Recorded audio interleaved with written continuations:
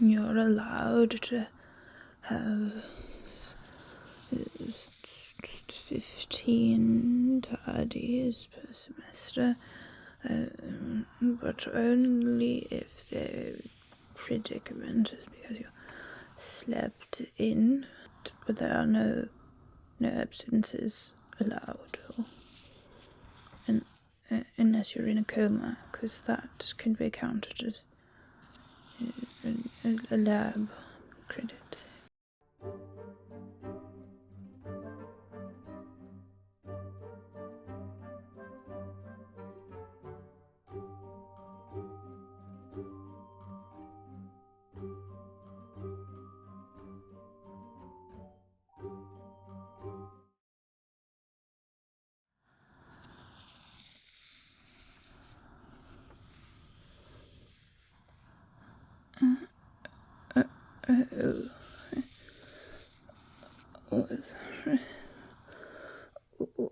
Welcome to Sleep Magic 101.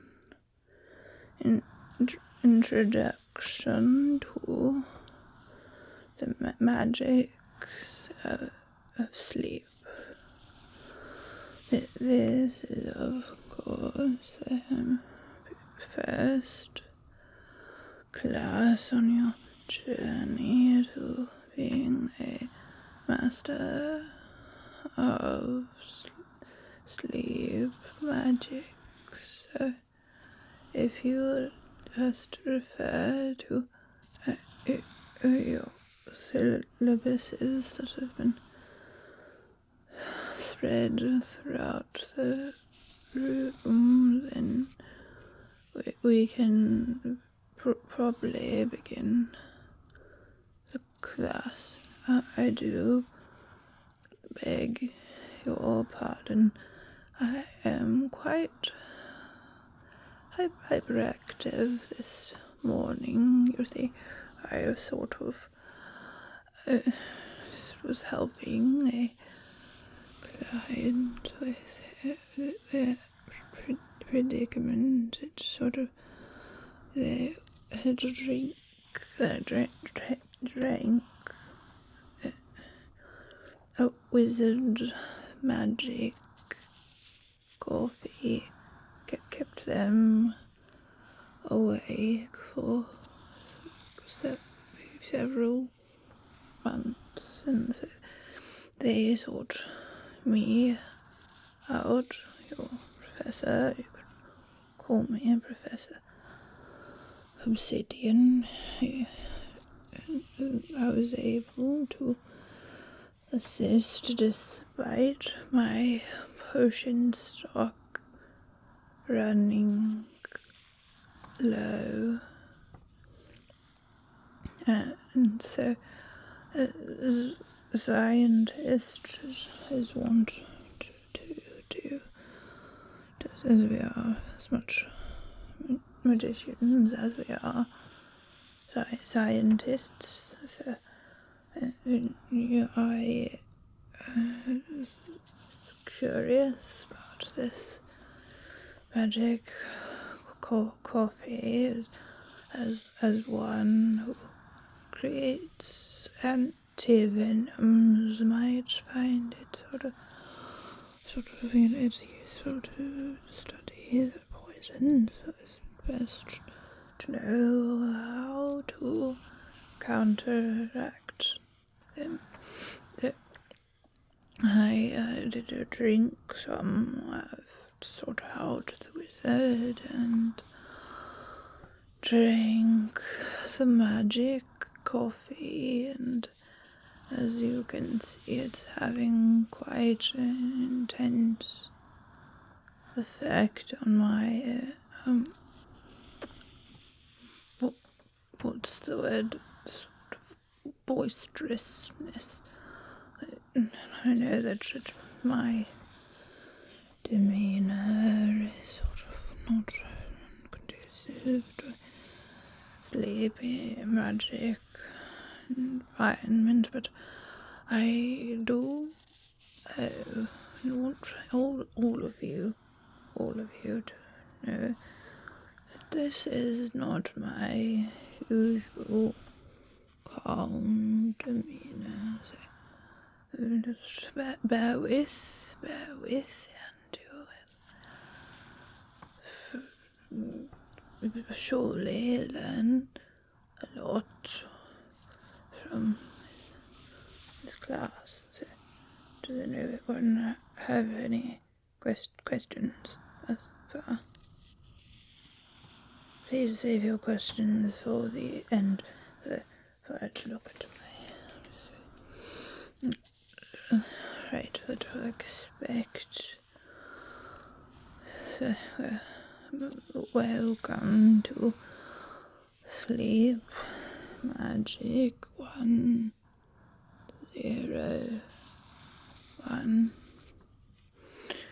In the hospital then, all we need to know about sleeping, resting, napping, and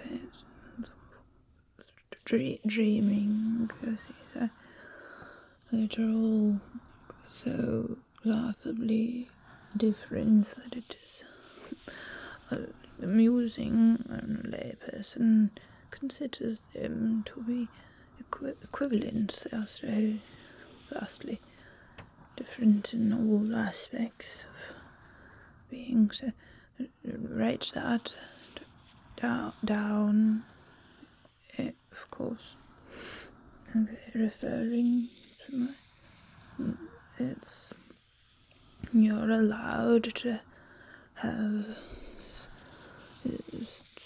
15 tardies per semester, but only if the predicament is because you slept in, for that is automatic extra credit. I do not allow all-nighters in this class. It's not conducive to sleep magic.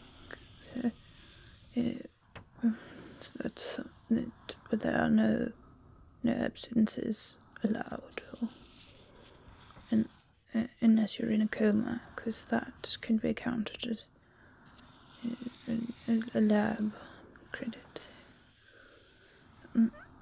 Referring back.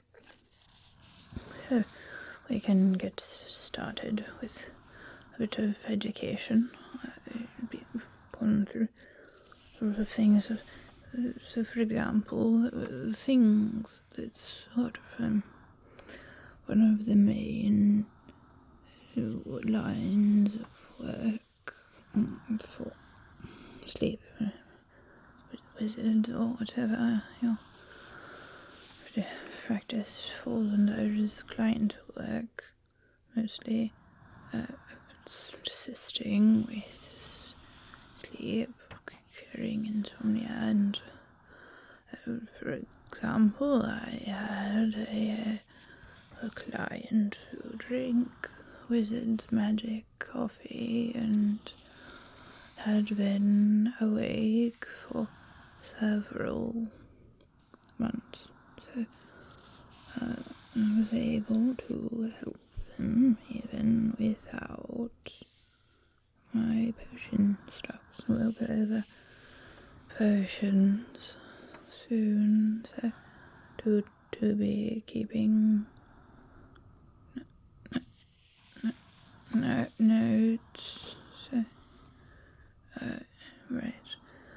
One of the pillars of sleep magic is, of course, environment, if you say so.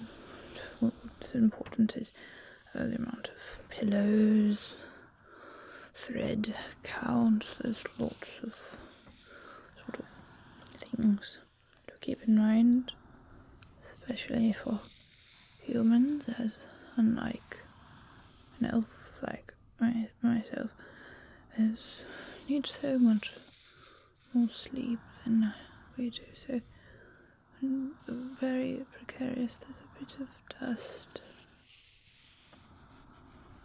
floating. There it goes. So, right, welcome to Sleep Magic 101. Right. Can anybody tell me what sort of potion this is? Anybody at all? It's not no viscousness. There's no viscousness at all. It's purple, of course. It's quite clear. You can see through the bottle. The shape is also a giveaway, sort of. This is the sort of shape of bottle that you'll normally use for this sort of potion. So, would you any take it? Alright, well, this is a standard sleep potion. It does not change level of nightmares or anything. It is an incredibly powerful sleeper potion.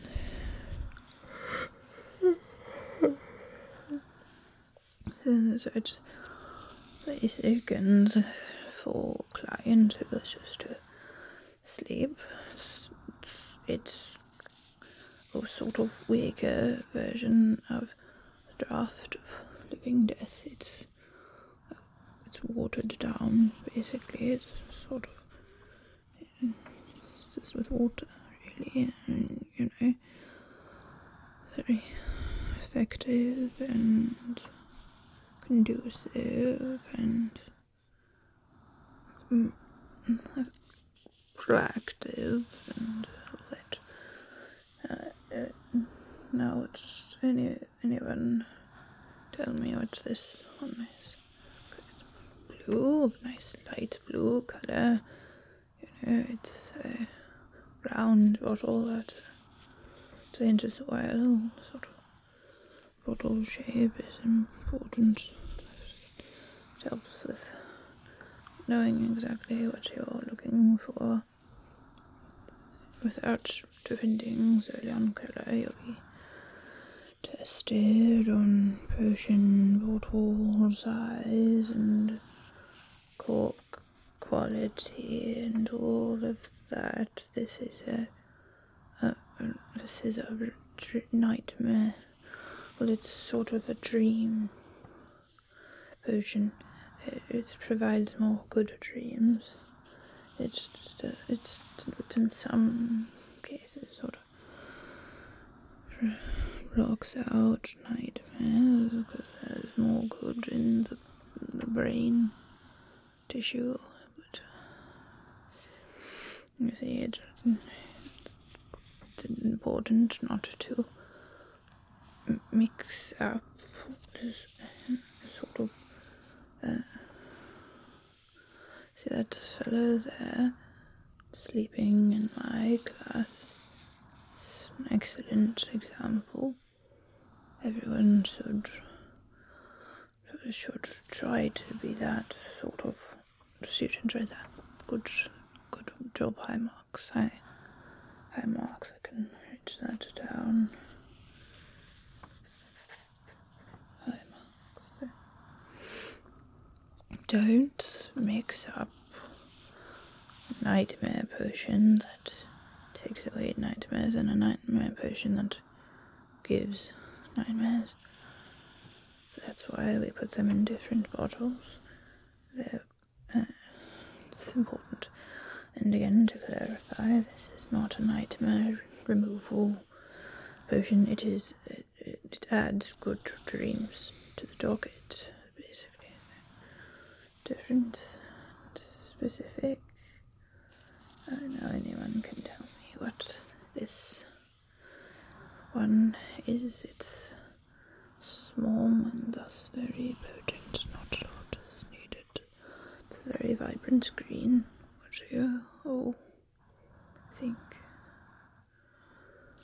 You, yeah, and do speak up. Do. You say, what did you say? This right here is sort of, it just on the tip of my tongue. Give me a bit of a moment. This version right here is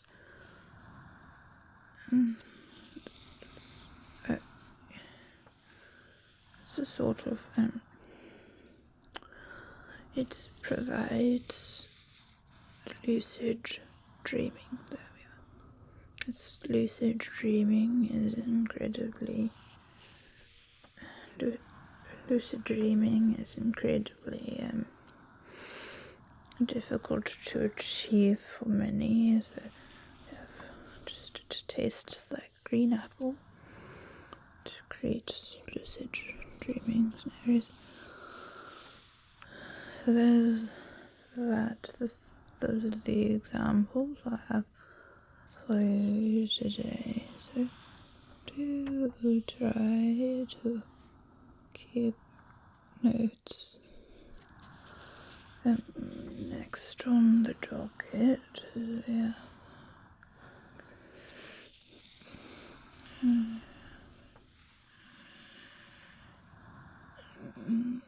Sorry. We have ethics and consent. So do not put another student or any person to sleep without consent unless it's necessary for their safety. For example, a burn victim perhaps better to sleep even if they don't ask to sleep. We wield a very strong power as you grow and learn to be an expert, such as I, your professor. You call me Professor Obsidian. So the number one thing is ethics. You do no harm. Okay. Alright, can you read that for me? Right, so do no harm, correct? You can use your potion homework on yourself, but do not use it on your fellow students, for it can be very dangerous if you've not concocted it properly, or if you just blow up your own house with your failing potion. That is your business and your choice. So do know that. So ethics, consent, to do no harm. Right? No harm. Can anybody give me an example of the kind of harm that I am speaking of? Right, you there. Give me. What is your name? It's the most heinous thing I've ever heard. I'm gonna write your name down. Right. Your final exam will be in 12 weeks, so please, and here are the expectations that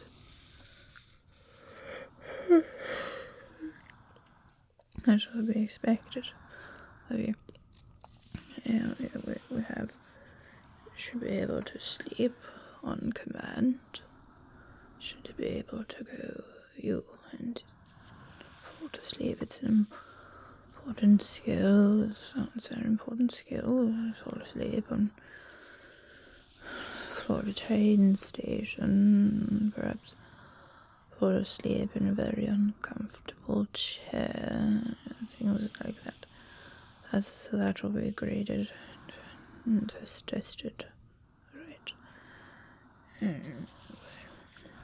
You'll have to cure insomnia accurately and contemplatively and correctly and so quickly.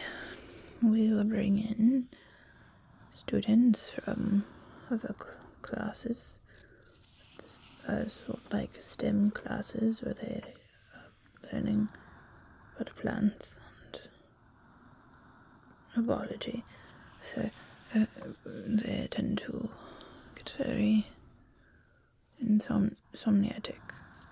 So we will bring in some of them and cure their insomnia in front of everybody is going to be required. And keeping awake for the whole class will result in a failing grade. So please do remember that falling asleep during class and absorbing what I say, osmosis is the ideal way to learn in this class. In fact, there are actually aspects to this class that can only be retrieved and understood if interpreted through your dreams. So pay close attention to your dreams, as that is how I will be disseminating your assignments weekly. So make sure to dream and make sure to not use these potions that add good dreams, because it might interfere and filter out the assignments that I will be providing to you. Does everybody understand? Good, correct. So, can anybody tell me when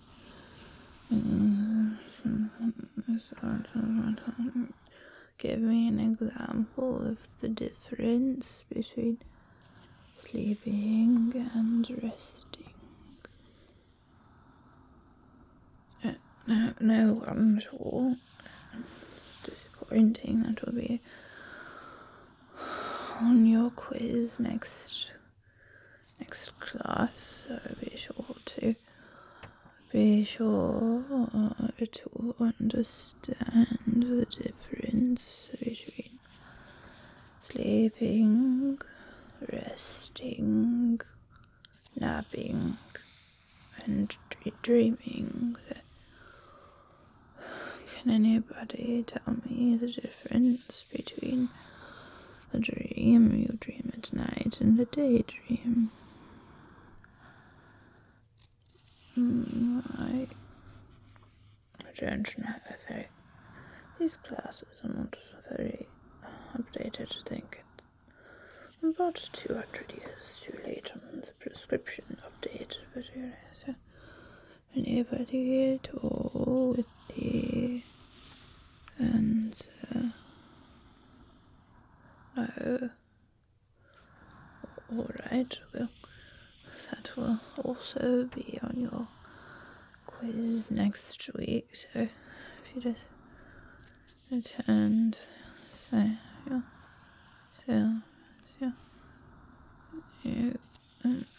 like to do an example of a sleep spell. We've gone over potions, of course, but there's also spells, and of course, in your required materials for this class, you are required to both the textbook. It's old but accurate, and You can buy whatever edition you like. I find the first one written in 1324 AD is most sleep-inducing. So that's edition 1. Find that in the library if you like.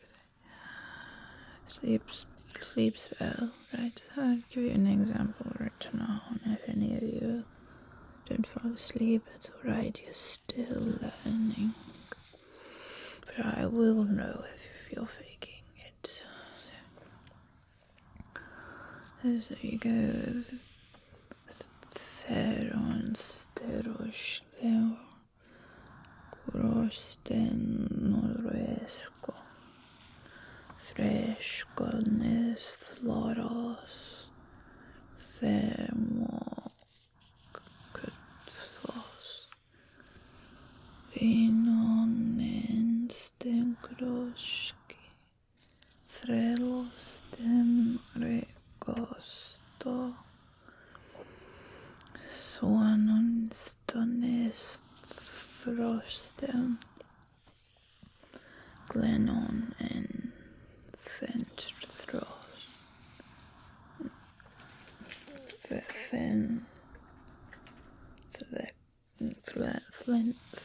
Flenost,